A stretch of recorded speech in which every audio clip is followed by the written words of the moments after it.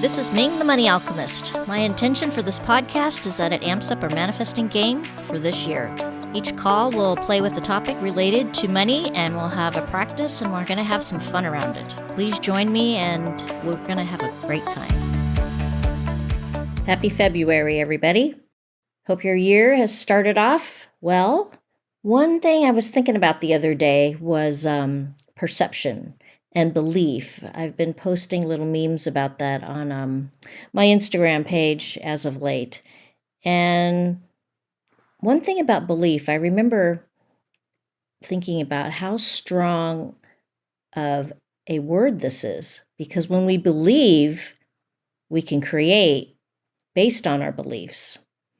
So one thing that I remember way back when I was in that mountain of debt, there was a belief because I had heard of something called Jubilee when I was in high school, and it was in the Bible, and it was about getting your debts forgiven. And I thought, wow, what an amazing concept. But you know, in the news as of recent, we've heard of debt forgiveness in different places.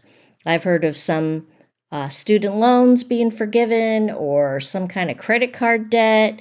So it exists out there.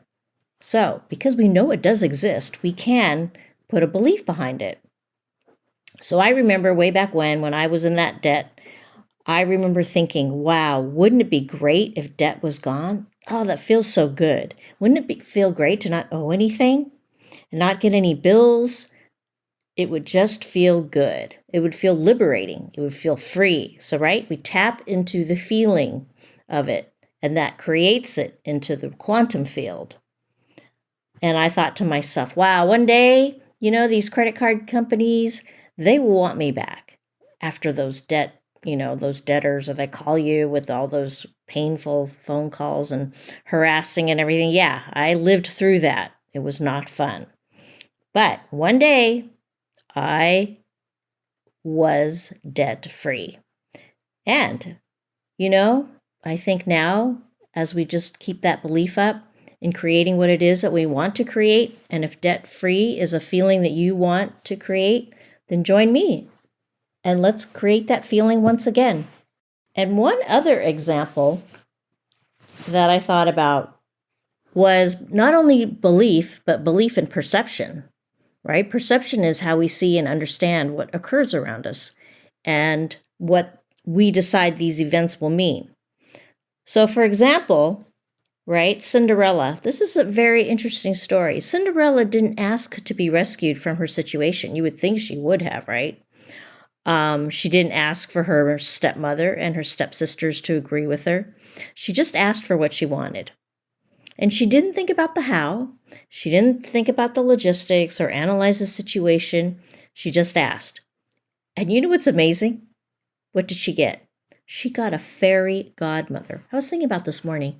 Wow, it would be so cool to have a fairy godmother. Well, we do. We have a spiritual team. We can ask our angels, our fairies, our animals on the other side. They're always, bringing us signs. So I think, with that being said, perhaps on the next podcast, I'll share with you some signs that I did receive on the other side regarding wealth. But for now, I want to wish everybody a happy Valentine's next week for all of those who celebrate, especially celebrate self-love. Remember, self-love is in the equation of money. So why not pour that self-love on yourself? I think I'll have a nice one to celebrate with my fur babies and my best friend. It'll all be wonderful. All right, everyone. Thanks for listening, and see you on the next one. Thanks for joining me and listening in. Please go to manifestbluemoney.com for a free chapter to download from my book, Money Blues to Blue Money. See you next time.